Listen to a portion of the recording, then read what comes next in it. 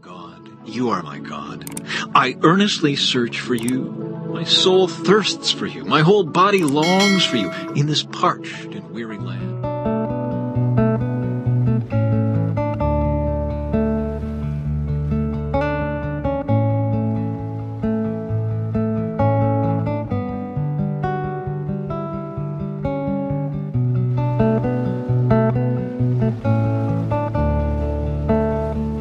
Psalm 63. O God, you are my God. I earnestly search for you. My soul thirsts for you. My whole body longs for you in this parched and weary land where there is no water. I have seen you in your sanctuary and gazed upon your power and glory. Your unfailing love is better than life itself. How I praise you! I will praise you as long as I live, lifting up my hands to you in prayer. You satisfy me more than the richest feast. I will praise you with songs of joy. I lie awake thinking of you, meditating on you through the night. Because you are my helper, I sing for joy in the shadow of your wings. I cling to you. Your strong right hand holds me securely.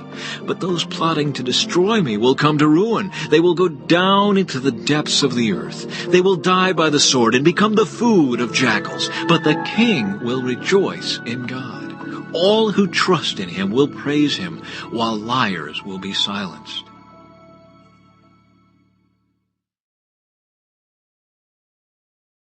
It was now winter, and Jesus was in Jerusalem at the time of Hanukkah, the festival of dedication.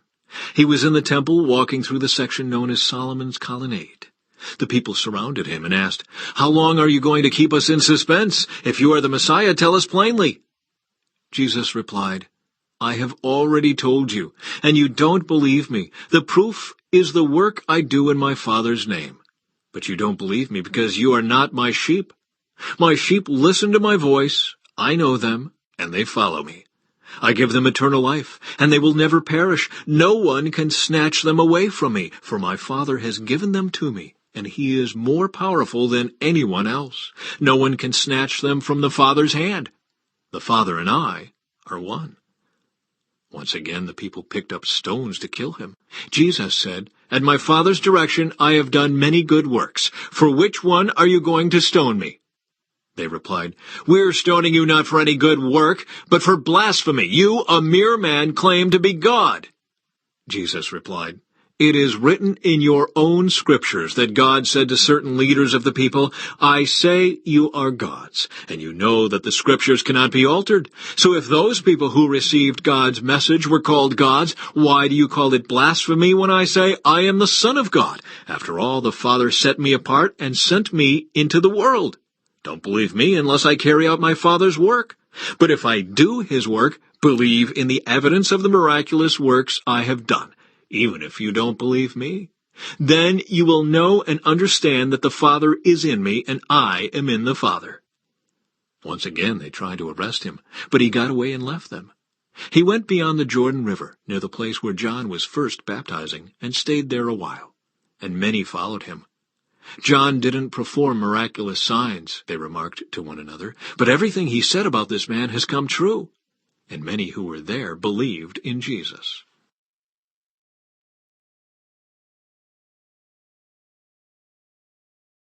The book of 1 Samuel, chapter 1. Elkanah and his family. There was a man named Elkanah who lived in Ramah, in the region of Zuph, in the hill country of Ephraim. He was the son of Jeroham, son of Elihu, son of Tohu, son of Zuph, of Ephraim. Elkanah had 2 wives, Hannah and Peninnah. Peninnah had children, but Hannah did not. Each year Elkanah would travel to Shiloh to worship and sacrifice to the Lord of Heaven's armies at the tabernacle. The priests of the Lord at that time were the 2 sons of Eli, Hophni and Phinehas. On the days Elkanah presented his sacrifice, he would give portions of the meat to Peninnah and each of her children. And though he loved Hannah, he would give her only one choice portion, because the Lord had given her no children. So Peninnah would taunt Hannah and make fun of her, because the Lord had kept her from having children. Year after year it was the same. Peninnah would taunt Hannah as they went to the tabernacle. Each time Hannah would be reduced to tears and would not even eat. "Why are you crying, Hannah?" Elkanah would ask. Why aren't you eating? Why be downhearted just because you have no children? You have me, isn't that better than having 10 sons? Hannah's prayer for a son. Once after a sacrificial meal at Shiloh, Hannah got up and went to pray. Eli the priest was sitting at his customary place beside the entrance of the tabernacle. Hannah was in deep anguish, crying bitterly as she prayed to the Lord. And she made this vow, O Lord of heaven's armies, if you will look upon my sorrow and answer my prayer and give me a son, then I will give him back to you. He will be yours for his entire lifetime, and as a sign that he has been dedicated to the Lord, his hair will never be cut. As she was praying to the Lord, Eli watched her. Seeing her lips moving but hearing no sound, he thought she had been drinking. Must you come here drunk? He demanded. Throw away your wine. Oh, no, sir, she replied. I haven't been drinking wine or anything stronger. But I am very discouraged, and I was pouring out my heart to the Lord. Don't think I am a wicked woman, for I have been praying out of great anguish and sorrow. In that case, Eli said, go in peace. May the God of Israel grant the request you have asked of him. Oh, thank you, sir, she exclaimed. Then she went back and began to eat again, and she was no longer sad. Samuel's birth and dedication. The entire family got up early the next morning and went to worship the Lord once more. Then they returned home to Ramah. When Elkanah slept with Hannah, the Lord remembered her plea, and in due time she gave birth to a son. She named him Samuel, for she said, I asked the Lord for him. The next year, Elkanah and his family went on their annual trip to offer a sacrifice to the Lord.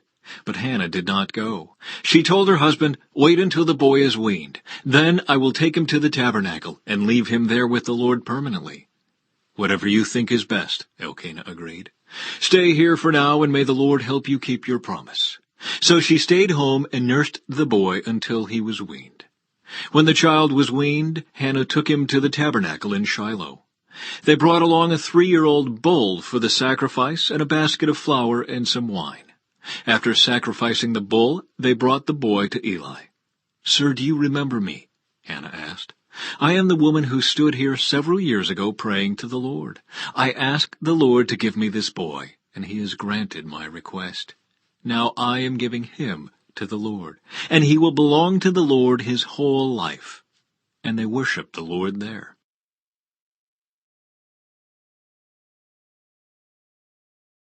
Then Hannah prayed, My heart rejoices in the Lord. The Lord has made me strong. Now I have an answer for my enemies. I rejoice because you rescued me. No one is holy like the Lord. There is no one besides you. There is no rock like our God. Stop acting so proud and haughty. Don't speak with such arrogance, for the Lord is a God who knows what you have done. He will judge your actions. The bow of the mighty is now broken, and those who stumbled are now strong. Those who were well-fed are now starving, and those who were starving are now full. The childless woman now has 7 children, and the woman with many children wastes away. The Lord gives both death and life. He brings some down to the grave, but raises others up. The Lord makes some poor and others rich. He brings some down and lifts others up. He lifts the poor from the dust and the needy from the garbage dump. He sets them among princes, placing them in seats of honor. For all the earth is the Lord's, and he has set the world in order. He will protect his faithful ones, but the wicked will disappear in darkness. No one will succeed by strength alone. Those who fight against the Lord will be shattered. He thunders against them from heaven. The Lord judges throughout the earth. He gives power to his king. He increases the strength of his anointed one. Then Elkanah returned home to Ramah without Samuel, and the boy served the Lord by assisting Eli the priest. Eli's wicked sons. Now the sons of Eli were scoundrels who had no respect for the Lord or for their duties as priests. Whenever anyone offered a sacrifice, Eli's sons would send over a servant with a 3-pronged fork. While the meat of the sacrifice animal was still boiling, the servant would stick the fork into the pot and demand that whatever it brought up be given to Eli's sons. All the Israelites who came to worship at Shiloh were treated this way. Sometimes the servant would come even before the animal's fat had been burned on the altar. He would demand raw meat before it had been boiled so that it could be used for roasting. The man offering the sacrifice might reply, "Take as much as you want, but the fat must be burned first." Then the servant would demand, "No, give it to me now, or I'll take it by force." So the sin of these young men was very serious in the Lord's sight, for they treated the Lord's offerings with contempt. But Samuel, though he was only a boy, served the Lord. He wore a linen garment like that of a priest. Each year his mother made a small coat for him and brought it to him when she came with her husband for the sacrifice. Before they returned home, Eli would bless Elkanah and his wife and say, "May the Lord give you other children to take the place of this one she gave to the Lord."